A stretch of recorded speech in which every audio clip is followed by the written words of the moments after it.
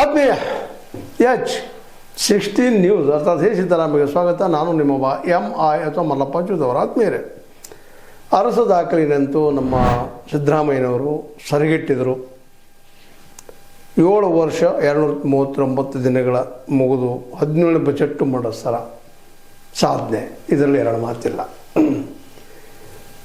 ಆದರೆ ಈ ಸಾಧನೆ ಎಷ್ಟು ಮಟ್ಟಿಗೆ ಸರಿ ತಪ್ಪು ಆ ಮಾತು ಬೇರೆ. ಸ್ವತಃ ಅವ್ರು ಏನು ಹೇಳ್ತಾರೆ, ಸಿದ್ದರಾಮಯ್ಯನವರು ಸ್ಪಷ್ಟವಾಗಿ ಹೇಳ್ತಾರೆ, ಹೋಲಿಕೆ ಮಾಡಲಿಕ್ಕೆ ಅಲ್ಲ, ಅವ್ರ ಹಾದಿ ಬೇರೆ ನಮ್ಮ ಹಾದಿ ಬೇರೆ ಅನ್ನುವಂಥದ್ದು. ಆದರೆ ಅವರ ನಂದು ಸಾಧನೆ ಆಗ್ಯದ ಅಂದೇನೋ ಒಂದು ದಾಖಲೆ ಆಗ್ಯದ. ಇಂದಿನ ನಾಳೆ ಮತ್ತೆ ಮುರಿಯವ್ರು ಬಂದೇ ಬರ್ತಾರೆ. ಗವಾಸ್ಕರ್ ದಾಖಲೆನ ಸಚಿನ್ ಮುರಿದ್ರು, ಸಚಿನ್ ದಾಖಲೆ ಮತ್ತೊಬ್ಬರು ಮುರಿತಾರ, ವಿರಾಟ್ ಮುರಿತಾರ. ಇವು ನಡೆಯೋದನ್ನ ನಾಳೆ ಮತ್ತಾರು ಬರ್ತಾರೆ, ನನಗೆ ಹೆಚ್ಚು ಮಾಡ್ಬೋದು, ಮಾಡ್ತಾರೆ ಅಂಥೇಳಿ ಇದೊಂದು ಒಂದು ಯಾವುದೋ ಒಂದು ಗಂಟೆ ಬರೋದು ಹೋಗ್ಯದ ಅಂತೇಳಿ ಇನ್ನು ಅಭಿಮಾನ ಹೇಳಿ ಖುಷಿ ಪಡ್ತಾ ಇದ್ದಾರೆ. ಇದನ್ನು ಇರಲಿ. ಬಟ್ ನಮ್ಮ ಸಿದ್ದರಾಮಯ್ಯನವರ ಏನಪ್ಪ ವೈರಿ ಅಂತ ಹೇಳಲಿಕ್ಕೆ ಹೋಗೋದಿಲ್ಲ, ರಾಜಕೀಯ ವಿರೋಧಿ. ವೈರಿ ಅಲ್ಲ, ಇದು ವೈರಿ ಅನ್ನಲೇಬಾರದು. ಪ್ರಜಾಪ್ರಭುತ್ವ ಯಾರ್ಯಾರು ವೈರಿ ಅಲ್ಲ, ಅದೆಲ್ಲರೂ ಮಿತ್ರರು. ಹಾಗಂತೇಳಿ ಮಿತ್ರರಂತೂ ಅಲ್ಲ, ಒಬ್ರಿಗೆ ಇನ್ನೊಬ್ಬರ ಎತ್ತಿ ಹಾಕೋಲ್ಲಿ ಇರ್ತದೆ, ಆ ಮಾತು ಬೇರೆ. ಆದರೆ ಇದು ಪ್ರಜಾಪ್ರಭುತ್ವ, ಇದು ನಾಗರಿಕತೆಯ ರೂಪ. ಅದೇನೂ ಇರಲಿಪ್ಪ. ಈಗ ನಾವು ಇವರ ಕಡು ರಾಜಕೀಯ ವಿರೋಧಿ H.D. ಕುಮಾರಸ್ವಾಮಿಗಳ ಮಾತನ್ನು ನೋಡಬೇಕಾಗಿದೆ. ಅದೇ ಕಾಲಕ್ಕೆ ಅವರು ಜೊತೆಗಿದ್ದವರು, ಇವ್ರ ನಂತರದಲ್ಲೇ ಉಪಮುಖ್ಯಮಂತ್ರಿ ಆದಂಥ D.K. ಶಿವಕುಮಾರ್, ಇವರ ಅಭಿಪ್ರಾಯ ನೋಡಬೇಕಾಗಿದೆ. ಇವರಿಬ್ಬರು ಏನು ಹೇಳ್ತಾರಪ್ಪ ಅನ್ನೋದು ಭಾಳ ಮಹತ್ವದ್ದು. ಯಾಕಂದ್ರೆ ಇವರಿಬ್ಬರು ಸಮಕಾಲೀನರು. ಒಬ್ಬರು ಈಗಾಗಲೇ ಹೇಳಿದ್ನಿ ಮಿತ್ರ ರೂಪದ ನಾಯಕ ರೂಪದ D.K. ಶಿವಕುಮಾರ್ ಅವರು. ಆದರೂ ಅವರು ಯಾವಾಗಪ್ಪ ಇವರು ಎದ್ದು ಹೋಗ್ತಾರೆ ಮುಖ್ಯಮಂತ್ರಿ ಸ್ಥಾನದಿಂದ ಅನ್ನುವಂಗಿದ್ದಾರೆ. ಅದೇ ಕಾಲಕ್ಕೆ H.D. ಕುಮಾರಸ್ವಾಮಿಗಳು ಇವ್ರು ಆಗಬಾರ್ದಾಗಿತ್ತಪ್ಪ CM, ನಾನೇ ಎದ್ದು ನಾನೇ ಆಗಬೇಕಾಗಿತ್ತು ಅನ್ನುವಂಥ ಮನೋಭಾವದ H.D. ಕುಮಾರಸ್ವಾಮಿಗಳಿದ್ದಾರೆ. ಕುಮಾರಸ್ವಾಮಿಗಳು ಮೊದಲು ನೋಡಿ, ಆನಂತರ D.K. ಶಿವಕುಮಾರ್ ಅವ್ರ ಬಗ್ಗೆ ನೋಡೋಣ. ಅದನ್ನು ಉತ್ತಮ ಆಡಳಿತಕ್ಕೆ ಸಾಕ್ಷಿಯಾಗಿದ್ದ ಕರ್ನಾಟಕ ಎಂದು ಅಧ್ಯಕ್ಷ, ಕೆಟ್ಟ ಆಡಳಿತಕ್ಕೆ ನಿದರ್ಶನವಾಗಿದೆ. ದೇವರಾದ ಅರಸು ಎಲ್ಲಿ, ಇವರೇ ಎಲ್ಲಿ? ಅರಸು ಅವರ ದಾಖಲೆ ಮುರಿಯುವುದು ಇರಲಿ, ರಾಜ್ಯದಲ್ಲಿ ಅವರೇ ಕಾಂಗ್ರೆಸ್ ಪಕ್ಷದ ಕೊನೆ ಮುಖ್ಯಮಂತ್ರಿ ಆಗಲಿದ್ದಾರೆ. ಸ್ವತಂತ್ರವಾದ ಮೀಡಿಯಾಗೆ ಬೇಕಾಗಿರುವುದು ಸ್ವತಂತ್ರ ಧ್ವನಿ. ಆ ಸ್ವತಂತ್ರ ಧ್ವನಿ ಉಳಿಸಲು ನೀವು ಮಾಡಬೇಕಾದದ್ದು ಇಷ್ಟೇ. ಅದೇನಪ್ಪಾ ಅಂತಂತಂದ್ರೆ, ನಿಮ್ಮ ಕೈಲಾದಷ್ಟು ಸಹಾಯ ಈ ಚಾನಲ್ಗೆ ಮಾಡಿ ಹಾಗೂ ನಿಮ್ಮ ಧ್ವನಿಯನ್ನು ಕಾಪಾಡಿಕೊಳ್ಳಿ. ಇದನ್ನ ಕುಮಾರಸ್ವಾಮಿ ಹೇಳ್ತಾ ಇದ್ದಾರೆ. ಇವರು ಕೊನೆಯ ಕಾಂಗ್ರೆಸ್ನ ಮುಖ್ಯಮಂತ್ರಿ ಆಗಿಕೊಂಡಿದ್ದಾರೆ. ಇನ್ನು ನಂತರ ಕಾಂಗ್ರೆಸ್ ಬರೋದಿಲ್ಲ, ಇವು ಸಾಧನೆ ಏನಿಲ್ಲ, ಗ್ಯಾರಂಟಿ ಗಿರಂಟಿ ಏನು ಹೇಳ್ಕೊಳ್ತಾರೆ, ಅದೇನಲ್ಲ, ಮೀಸಲಾಯ್ತು ಇವ್ರದ್ದಲ್ಲ, ಅರಸು ಅವ್ರದ್ದು. ಹೀಗಾಗಿ ಅವ್ರು ಹೇಳ್ತಾ ಸಿದ್ದರಾಮಯ್ಯ ಅವರ ದೇವರಾಜ ಅರಸರ ದಾಖಲೆ ಮುರಿತಾರಂತೆ, ಯಾವ ಭಾಗ್ಯಕ್ಕೆ ಇವೆಲ್ಲ ಎಂದು ಮುರಿತಾರಂತ ಅವರ ಹೊಳಿಕೆ ಹೇಳ್ತಾ ಇದ್ದಾರೆ.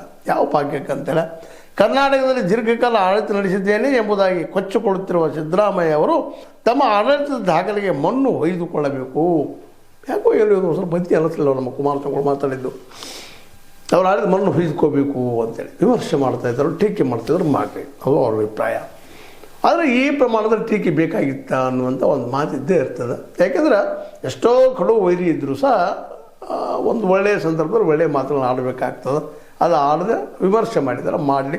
ಇನ್ನು ಇವರ ಅಚ್ಚುಮೆಚ್ಚಿನ 2ನೇ ನಂಬರ್ ಇದ್ದಂತಹ ಉಪಮುಖ್ಯಮಂತ್ರಿಗಳು ಅಂದರೆ D.K. ಶಿವಕುಮಾರ್ ಅವರು ಏನು ಹೇಳ್ತಾರೆ, ಹೌದು ಇತಿಹಾಸ ಆಯಿತು, ಇನ್ನು ಮುಂದೆ ಇತಿಹಾಸ ಆಗಲಿದ್ದಾರೆ. ಈ ರೀತಿ ಅನ್ನೋದು ಹೆಂಗಂದರೆ, ಇತಿಹಾಸ ಆಯಿತು, ಅವ್ರು ಮಾಡಿದರು, ಒಳ್ಳೆ ಇತಿಹಾಸ ಸೃಷ್ಟಿ ಮಾಡಿದರು ಅಂತ ಹೇಳುವಲ್ಲೇ ಒಂದಿನ ವ್ಯಂಗ್ಯದನ, ಇನ್ನು ಮುಂದೆ ಇತಿಹಾಸ ಆಗ್ತಾ ಇದ್ದಾರೆ. ಹೌದು ರೀ, ಸತ್ಯದದು. ಈ ಸಂದರ್ಭದಲ್ಲಿ ಆ ಮಾತನ್ನ ಯಾಕೆ ಮಾತಾಡ್ತಾರೆ D.K. ಶಿವಕುಮಾರ್ ಅವರು? ಒಂದು ಕಡೆ D.K. ಶಿವಕುಮಾರ್ ಅವರು ಈ ರೀತಿ ಮಾತಾಡ್ತಾ ಇದ್ದಾರೆ ಅವರ ಸಾಧನೆ ಮಾಡಿದ ಸಂದರ್ಭದಲ್ಲೇ. ಇನ್ನೊಂದು ಕಡೆ ನಮ್ಮ H.D. ಕುಮಾರಸ್ವಾಮಿಗಳು ಅವ್ರ ರಾಜಕೀಯ ವೈರಿಗಳು ಹಿಂಗೆ ಮಾತಾಡ್ತಾ ಇದ್ದಾರೆ. ಯಾವ ರೀತಿಯಲ್ಲೇ ಇಬ್ಬರ ಧ್ವನಿಯಲ್ಲೂ ಅಸಮಾಧಾನ, ಇದರಲ್ಲಿ ಎರಡು ಮಾತಿಲ್ಲ. D.K. ಶಿವಕುಮಾರ್ ಅವರಿಗೆ ಮುಖ್ಯಮಂತ್ರಿ ಸ್ಥಾನ ಬಿಟ್ಟು ಕೊಡಬೇಕಾಗಿತ್ತು ಅನ್ನುವಂಥ ಮಾತಾ, H.D. ಕುಮಾರಸ್ವಾಮಿಗಳಿಗೆ ನಮ್ಮ ಪಾರ್ಟಿಯನ್ನು ಪೂರ್ತಿಯಾಗಿ ಮನೆ ಕಳಿಸಿಬಿಟ್ರಪ್ಪ ಇವರು ಕಾಂಗ್ರೆಸ್ ಹೋಗಿ, ನಾವು ಮುಖ್ಯಮಂತ್ರಿಯಾಗಿ ನಮ್ಮ ಜೊತೆಗೆ ಇದ್ದಿದ್ದರೆ ಒಳ್ಳೆಯದಿತ್ತು ಅನ್ನೋದು ಭಾವ. ಹೀಗಾಗಿ ಇಬ್ಬರೂ ಒಂದು ಯಾವುದೋ ವಿಷಯದ ಮೇಲೆ ಸಿದ್ದರಾಮಯ್ಯ ವಿಮರ್ಶೆ ಮಾಡಿದ್ದಾರೆ. ಈ ವಿಮರ್ಶೆ ಸರಿಯೋ ತಪ್ಪೋ ಅವ್ರಿಗೆ ಬಿಟ್ಟಂಥದ್ದು. ಆದರೆ ಸಿದ್ದರಾಮಯ್ಯನ ಸಹಜವಾಗಿ ನೋಡಿದಾಗ, ಒಬ್ಬ ಅಹಿಂದ ನಾಯಕನಂತ ಅನ್ನುವ ದೃಷ್ಟಿಟ್ಕೊಂಡು ನೋಡಿದಾಗ, ಅವ್ರು ಮಾಡಿದ ಸಾಧನೆಯನ್ನು ನೋಡಿದಾಗ ಒಬ್ಬ ಸಣ್ಣ ಹುಡುಗಿದ್ದಾಗ ಯಾವುದೇ ಕನಸು ಕಾಣದ ಎಮ್ಮೆ ಮೈ ತುಳಿತರು ಮತ್ತೆ ಹೊಡ್ತಿರುವಂಥ ಹುಡುಗ ಈ ರಾಜ್ಯದ ಮುಖ್ಯಮಂತ್ರಿ ಆಗಿದ್ದಾನಪ್ಪ ಅನ್ನುವಂಥದ್ದು ಮಾಡೋರು ಏನಾದರೂ ಆಗಿರ್ತವೆ ಎಡವಟ್ಟುಗಳಿಲ್ಲ ಅಂತಲ್ಲ. ಯಾಕೆಂತಂದ್ರೆ ರಾಜಕಾರಣ ಆಗಿದೆ ಇವತ್ತು. ಇವತ್ತು ಯಾವ ಸಮತಾವಾದ ಇಲ್ಲ, ಸಮಾಜವಾದ ಇಲ್ಲ, ಪ್ರಜಾಪ್ರಭುತ್ವ ಇಲ್ಲ, ಮತ್ತೊಂದಿಲ್ಲ, ಮುಗಿದೊಂದಿಲ್ಲ, ಕೇವಲ ಅಧಿಕಾರವಾದ. ಅಧಿಕಾರವನ್ನು ಹೇಗೆ ಹಿಡಿಬೇಕು ಅನ್ನೋದಕ್ಕೆ ದುಡ್ಡು ಬೇಕು. ಇವತ್ತು ದುಡ್ಡಿನ ಜೊತೆಗೆ ಬುದ್ಧಿವಂತಿಕೆ ಬೇಕು. ಅಂತ ಇದ್ರೆ ನೀವು ಇವತ್ತು ಮುಖ್ಯಮಂತ್ರಿನೂ ಆಗ್ತೀರಿ, ಮತ್ತೂ ಆಗ್ತೀರಿ ಅನ್ನೋಂಥ ಸಾಮಾನ್ಯ ಮಾತುಗಳು ಇವತ್ತು ನಾವು ಕೇಳ್ತಾ ಇದ್ದೀವಿ. ಯಾಕಂದರೆ ಏನೇನೋ ಮಾಡುವಂಥ ವ್ಯಕ್ತಿಗಳು, ಏನೇನೋ ಒಂದು ವ್ಯವಹಾರ ಮಾಡುವಂಥ ವ್ಯಕ್ತಿಗಳು ಇವತ್ತು ನೋಡ್ರಿ, ಡಿ ಕೆ ಶಿವರ ಮೇಲೂ ಆರೋಪಗಳಿದ್ದಾವ, ಸತೀಶ್ ಜಾರಕಿಹೊಳಿ ಮೇಲೂ ಆರೋಪ ಇದ್ದಾವ, ಎಚ್ ಡಿ ಕುಮಾರಸ್ವಾಮಿ ಮೇಲೂ ಆರೋಪ ಇದ್ದಾವ, ಸ್ವತಃ ಸಿದ್ದರಾಮಯ್ಯರ ಮೇಲೂ ಆರೋಪಗಳಿದ್ದಾವ. ಇವೆಲ್ಲ ಈ ರಾಜಕೀಯ ಹಂತಕ್ಕೆ ಬಂದಿದ್ದಾಗ ಸಹಜವಾಗಿ ಏನಾಗಿಬಿಡ್ತದಪ್ಪ ಅಂತಂದ್ರೆ ಇಲ್ಲೇ ಯಾರಿಗೆ ಹೋರಿಕೆ ಮಾಡೋದು ಅಂತ ಒಂದು ಇನ್ನೊಂದು ಅರಸರ ಜೊತೆ ಹೋರಿಕೆ ಮಾಡೋಕ್ಕೆ ಸಲ್ಲ ಅಂತ ಹೇಳ್ತಾ ಇದ್ದಾರೆ ಎಚ್ ಡಿ ಕುಮಾರಸ್ವಾಮಿಗಳು. ಎಚ್ ಡಿ ಕುಮಾರಸ್ವಾಮಿಗಳು ಇದು ಗೊತ್ತದ, ಅರಸರಿಂದನೇ ಭ್ರಷ್ಟಾಚಾರ ಜೋರಾಯಿತು ಅವ್ರ ಕಾಲದಲ್ಲಿ ಎನ್ನುವಂಥದ್ದು. ಹೌದು, ಮೀಸಲಾತಿ ಕೊಟ್ಟರು, ಅವನವ್ರ ಮೂಲಕ ಎಲ್ಲ ಮಾಡಿದರು, ಸತ್ಯನದ. ಆದರೆ ಇದಕ್ಕೆ ಭ್ರಷ್ಟಾಚಾರದ ಬೀಜನ ಬಿಚ್ಚೋದಂಥವ್ರು ಅರಸರು ಅನ್ನೋದನ್ನು ನಾವು ಯಾರೂ ಅಲ್ಲಗಳಿಕ್ಕೆ ಆಗೋದಿಲ್ಲ ಅನ್ನೋದನ್ನು ಅನೇಕ ಸಂದರ್ಭಗಳು ನೋಡಿದರು. ಅಂದ್ರೆ ಒಟ್ಟಾರೆಯಾಗಿ ಇವತ್ತು ಹೆಚ್ಚಾಗಿ ನಮ್ಗೆ ಕಾಣ್ತಾ ಇದೆ, ಇಲ್ಲಂತಲ್ಲ. ಅವತ್ತು ಹೆಚ್ಚಾಗಿತ್ತು ಅದು ಯಾವ ಕಾಲಕ್ಕಾದರೂ, ಇಲ್ಲಂತಲ್ಲ. ಮತ್ತು ಇನ್ನು ಅರಸರ ಒಂದು ಮೀಸಲಾತಿ ಏನು ಕೊಟ್ಟು ಹೋದರು ಅವನವ್ರ ಮೂಲಕ, ಅದು ನಿಜವಾಗಿಯೂ ದೊಡ್ಡ ಸಾಧನೆ, ಇದರಲ್ಲಿ ಎರಡು ಮಾತಿಲ್ಲ. ಇವತ್ತು ನಮ್ಮ ಸಿದ್ದರಾಮಯ್ಯನವ್ರಿಗೆ ಇವತ್ತಿನ ಪರಿಸ್ಥಿತಿಯಲ್ಲಿ ಒಂದೇನೋ ಕಾಂತರಾಜು ವರದಿಯನ್ನು ಮಾಡಿಕೊಂಡು ಹಿಂದುಳಿದವ್ರಿಗೇನೋ ಪ್ರಯತ್ನ ಮಾಡ್ತಾ ಇದ್ದಾರೆ. ಅದು ಒಂದು ಕಾನೂನು ಆದ್ರೆ ಅಥವಾ ಅದು ಏನಪ್ಪ ಅಂತಂದ್ರೆ ಸರಿಯಾಗಿ ಸರ್ವೆ ಆಗಿ ಅಪ್ರೂವ್ ಆತಪ್ಪ ಅಂದ್ರೆ ಅದು ಒಂದು ಸಾಧನೆ ಅಂತ ಹೇಳಬೇಕಾಗ್ಯದ. ಅದೆಲ್ಲಕ್ಕಿಂತ ಇನ್ನೂ ಈಗ ನಮ್ಮ ಹಿಂದಿನ ಎಪಿಸೋಡಲ್ಲಿ ಮಾಡಿದ್ವಿ ಇದನ್ನು. ರೈತರಿಗೆ ವಿಶೇಷವಾಗಿ ಅವರ ಮಾರ್ಕೆಟ್ ಮಾಡಿಕೊಡುವಂಥ ಸಾಹಸ ಮಾಡಿದರೆ, ಜೊತೆಗೆ ಎಲ್ಲರಿಗೂ ಫ್ರೀ ಶಿಕ್ಷಣ ಅಪ್ ಟು ಹೈಯರ್ ಅನ್ನೋ ತನಕ ಅಟ್ಲೀಸ್ಟ್ 10+2 ತನಕ ಆದರೂ ಒಂದು ಕ್ವಾಲಿಟಿ ಇದ್ದಂಥದ್ದು. ಸುಮ್ಮನೆ ಏನೋ ನಾವು ಬಿಸಿ ಊಟ ಕೊಡ್ತೀವಿ, ಸ್ಕೂಲ್ ನಡೆಸ್ತೀವಿ, ಕಟ್ಟಡ ಕಟ್ತೀವಿ, ಹಾಳು ಕೊಟ್ಟಡ ಅಂತ ಹಂಗಲ್ಲ. ಒಂದು 15-20% ಖರ್ಚು ಮಾಡಿ ಒಳ್ಳೆಯ ಕಟ್ಟಡ, ಒಳ್ಳೆಯ ಸ್ಕೂಲ್ ವಾತಾವರಣ, ಮತ್ತು ಅದೇ ಕಾಲಕ್ಕೆ ಟೀಚರ್ಗಳು ಇನ್ನಷ್ಟು ಎಲ್ಲ ಟೀಚರ್ಗಳನ್ನು ತೆಗೆದುಕೊಂಡು, ಯಾಕಂದರೆ 72,000 ಟೀಚರ್ ಬೇಕಂತ ಹೇಳ್ತಾ ಇದ್ದಾರೆ.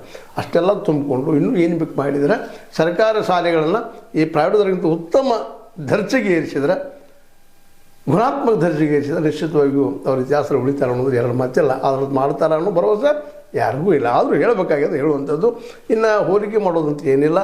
ಅರಸರ ಕಾಲದಲ್ಲಿ ಭ್ರಷ್ಟಾಚಾರ ಸ್ಟಾರ್ಟ್ ಮಾಡಿದ ಕೀರ್ತಿ ಅವರಿಗೆ. ಆದರೆ ಇವತ್ತು ದೊಡ್ಡ ಪ್ರಮಾಣದಲ್ಲಿ ಅದು ಹಬ್ಬಿದ್ದಕ್ಕೆ ಎಲ್ಲರೂ ಕಾರ್ಯಕರ್ತರು, ಒಬ್ಬರು ಅಂತಾರೆ. ಯಡಿಯೂರಪ್ಪರು ಕಾರ್ಯಕರ್ತರು, ಯಡಿಯೂರಪ್ಪ ಕಾಲದಲ್ಲೂ ಅದು ಈಗ ನಂತರ ಬಂದಂಥ ನಮ್ಮ ಅನೇಕ ಮುಖ್ಯಮಂತ್ರಿಗಳು ಆಗಿರ್ಬೋದು, ಸ್ವತಃ ಸಿದ್ದರಾಮಯ್ಯ ಕಾಲದಲ್ಲೂ ಆಗಿರ್ಬೋದು, ಅದೇನು ಭ್ರಷ್ಟಾಚಾರ ನಿಂತಿಲ್ಲ, ನಿಲ್ಲುವಂಥ ಸಾಧ್ಯತೆಗಳು ಇಲ್ಲ.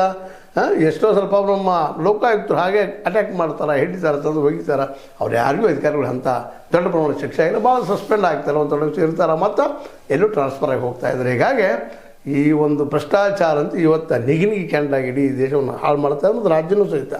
ಮತ್ತು ಯಾವ ಕಾನೂನು ಅಂತ ಹೇಳಿದ್ರು ಇವರು ನಮ್ಮ ಮೋದಿಯವರ ಕಾಲಕ್ಕೆ ವಿರೋಧ ಮಾಡಿದರು, ವರ್ಷಗಟ್ಟಲೆ ರೈತರು ಅದನ್ನು ಬದಿಗೆ ಸರಿಸಿದರು.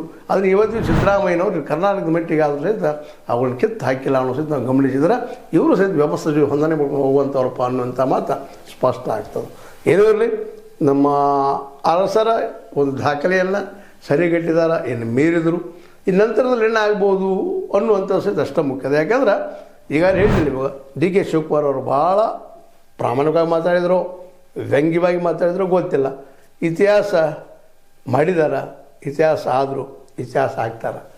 ಈ ಮಾತುಗಳು ಮಾತ್ರ ನಿಶ್ಚಿತವಾಗಿಯೂ ಮುಂಬರುವ ದಿನಗಳಲ್ಲಿ ಕಾಂಗ್ರೆಸ್ಸಿಗೆ ತೊಂದರೆ ಆಗ್ತದನೋ ಅಥವಾ ಅವರು ಇದನ್ನು ಹೊಂದಾಣೆ ಮಾಡ್ಕೊಂಡು ಹೋಗಿ ಕಾಂಗ್ರೆಸ್ ಉಳಿಸ್ಕೊಳ್ತಾರೋ ಆ ಮಾತು ಬೇರೆ. ಆದರೆ ಎಚ್ ಡಿ ಕುಮಾರಸ್ವಾಮಿಗಳು ಮಾತ್ರ ಒಂದು ಸ್ಪಷ್ಟ ಮಾತು ಮಾತಾಡ್ತಾ ಇದ್ದಾರೆ. ಡಿ ಕೆ ಶಿವರಿಗೆ ಮಾತಾಡಿದ ಮೇಲೆ ಅನ್ನಿಸ್ತಾ ಇದೆ ಇವ್ರ ನಂತರ ಕಾಂಗ್ರೆಸ್ ಬಿದ್ದು ಹೋಗ್ತದನ. ಯಾಕೆಂದ್ರೆ ಸಿದ್ದರಾಮಯ್ಯರ ಮಟ್ಟದ ಎತ್ತರದ ನಾಯಕ ಕಾಂಗ್ರೆಸ್ನಲ್ಲಿ ಈಗ ಸದ್ದಿಲ್ಲ. ಈವನ್ ಡಿ ಕೆ ಶಿವಕುಮಾರ್ ಆದರೂ ಸಹಿತ ಡಿ ಕೆ ಶಿವಕುಮಾರ್ ಅವರನ್ನು ನೈತಿಕತೆಯಿಂದ ಮಾತಾಡ್ತಾ ಇಲ್ಲ, ಮತ್ತೊಂದು ರೀತಿಯಿಂದ ಮಾತಾಡ್ತಾ ಇಲ್ಲ, ಸಂಘಟನಾ ದೃಷ್ಟಿಯಿಂದ ಮಾತಾಡ್ತಾ ಇಲ್ಲ. ನಿಜವಾಗಿ ಇವತ್ತು ಸಿದ್ದರಾಮಯ್ಯನವರ ವ್ಯಕ್ತಿತ್ವ ಅದು ಹೇಗೂ ಇರಲಿ, ಅಲ್ಲಿ ಭ್ರಷ್ಟಾಚಾರದ ಆರೋಪಗಳಿದ್ದಾವೆ, ಎಲ್ಲನೂ ಇದ್ದಾವೆ, ಇಲ್ಲಂತಲ್ಲ. ಆದರೆ ಅವರ ಜಾಗವನ್ನು ತುಂಬುವಂಥ ದೊಡ್ಡ ವ್ಯಕ್ತಿತ್ವ ಮಾತ್ರ ಈ ಸದ್ಯ ಕಾಂಗ್ರೆಸ್ನಲ್ಲಿ ಇಲ್ಲ.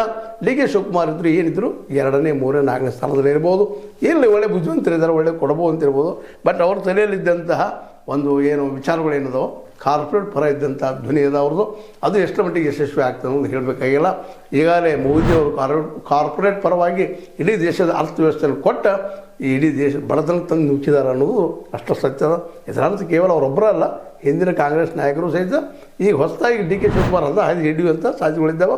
ಹೀಗಾಗಿ ಅವರಿಂದ ಏನು ಮಹಾನ್ ಕ್ರಾಂತಿ ಆಗ್ತದೆ, ಬದಲಾವಣೆ ಆಗ್ತದೆ ಏನು ಸುಳ್ಳು. ಅದಕ್ಕಾಗಿ ಅವರ ಮಟ್ಟದ ಅವ್ರ ಎತ್ತರದ ನಾಯಕರು ಸಾಕಷ್ಟು ಇದ್ದಾರೆ ಈ ಒಂದು BJPಯಲ್ಲಿ. ಅವರು ಈ ಮುಂಬರುವ ಚುನಾವಣೆಗಳಲ್ಲಿ ಇವರು ನಾವು ಹೇಳ್ಬೋದು, ಇವತ್ತು ನಾವು ಅಧ್ಯಕ್ಷದಿಂದ ಗೆದ್ದಿಸ್ಕೊಂಡು ಬಂದನು ಅಂತೇಳಿ. ಅದ್ರ ಜೊತೆಗೆ ಅನೇಕರಲ್ಲಿ ಗೆಲ್ಲೋದು ಕಾರಣ ಆಗಿದೆ ಕಾಂಗ್ರೆಸ್ಸಿಗೆ. ಅವರೊಬ್ಬರೇ ಅಲ್ಲ, ಸಿದ್ದರಾಮಯ್ಯ ದೊಡ್ಡ ವ್ಯಕ್ತಿತ್ವದ ಹಿಂದಿನ ನಾಯಕತ್ವದ. ಮತ್ತು ಈಗಾಗಲೇ ಇತಿಹಾಸದಲ್ಲಿ ನಾವು ಗಮನಿಸಬೇಕಾಗಿದ್ದು ಅರಸರು ಮತ್ತು ನಮ್ಮ ಇವರು ಸಿದ್ದರಾಮಯ್ಯ ಸಿದ್ದು ಅವರು, ಇವರಿಬ್ಬರು ಅಹಿಂದ ನಾಯಕರು ಅನ್ನೋದು ಎರಡು ಮಾತಿಲ್ಲ. ಬಿದ್ದಂಥ ಸಮುದಾಯದ ಮೇಲೆ ಬಂದಂಥವರು ಜಾತ್ಯತೀತರು. ಅಂಥ ಒಂದು ವ್ಯಕ್ತಿತ್ವ ಇಲ್ಲಿವರೆಗೆ ವಿಶೇಷವಾಗಿ ಒಕ್ಕಲಿಗೆ ಮತ್ತು ಲಿಂಗಾಯ ಸಮುದಾಯದಲ್ಲಿ ಯಾವುದು ಬಂದಿಲ್ಲ. ವೀರೇಂದ್ರ ಪಾಟೀಲ್ ಬಂದಿದ್ದರು, ಪಾಪ ಅವ್ರಿಗೆ ಅನುಕೂಲ ಮಾಡಿ ಕೊಡಲಿಲ್ಲ ಅನ್ನೋದಕ್ಕೆ ಸತ್ಯದ. ಬಂದಂಥ ರಾಮಕೃಷ್ಣ ಹೆಗಡೆ ಅವರು ಸಹಿತ ಕೆಲವೊಂದು ವಿಷಯದಲ್ಲಿ ಅವರು ಭ್ರಷ್ಟಾಚಾರದ ಆರೋಪ ಜೊತೆಗೆ ಅವರು ಸಹಿತ ಈ ಎತ್ತರಿಗೆ ಬೆಳೀಲಿಲ್ಲ ಅನ್ನೋದು ಗಮನಿಸಬೇಕಾಗಿದೆ. ಏನೇ ಇರಲಿ, ಸಿದ್ದರಾಮಯ್ಯನವರ ಈ ದಾಖಲೆ ನೆನಪಿಡುವಂಥದ್ದು, ಆದರೆ ಮಹಾನ್ ಸಾಧನೆ ಅಂತೇನಲ್ಲ. ಅದೇ ಕಾಲಕ್ಕೆ ಎಲ್ಲನೂ ಇತಿಹಾಸ ಆಗುವಂಥದ್ದನ್ನು ಇವತ್ತು ನಾಳೆ ಏನೋ DK ಶಿವರು ಬಂದರೂ ಸಹಿತ ಅವರು ಇತಿಹಾಸ ಆಗತ್ತಾರೆ. ಒಂದಿನ ಇತಿಹಾಸ ಆಗಲೇಬೇಕು, ನಿಸರ್ಗದ ನಿಯಮ. ಯಾಕಂದ್ರೆ ವರ್ತಮಾನ ಇದ್ದಿದ್ದು ಭೂತ ಆಗ್ತದೆ, ಭೂತ ಇದ್ದಿದ್ದು ಉಳಿದು ಹೊತ್ತು ಹೋಗಿಬಿಡ್ತದೆ. ಭವಿಷ್ಯ ಬಂದು ವರ್ತಮಾನ ಮತ್ತು ಭೂತ ಆಗ್ತದೆ. ಇದು ನಿರಂತರ ನಡೆಯುವಂಥ ಕೆಲಸ. ಇತಿಹಾಸ ಆಗೋದು ಕೇವಲ ಸಿದ್ದರಾಮಯ್ಯದಷ್ಟೇ ಅಲ್ಲ, DK ಶಿವರು ಸಹಿತ ಅಂತ ಹೇಳ್ತಾ, ಇದು ನಿಮ್ಮ ಲೈಕ್ ಇರ್ಬೋದು. ಲೈಕ್ ಮಾಡಿ, ಶೇರ್ ಮಾಡಿ, ಕಮೆಂಟ್ ಮಾಡಿ, ಜೊತೆಗೆ ಸಬ್ಸ್ಕ್ರೈಬ್ ನಿಲ್ಲಿಸಬೇಡಿ. ಯಾಕೆ 16 ನ್ಯೂಸ್ ಅರ್ಥ ಅದೇ ಸಿದ್ದರಾಮಯ್ಯದು ಸತ್ಯದ ಕೈಗೊಂಡು ವಂದನೆಗಳು.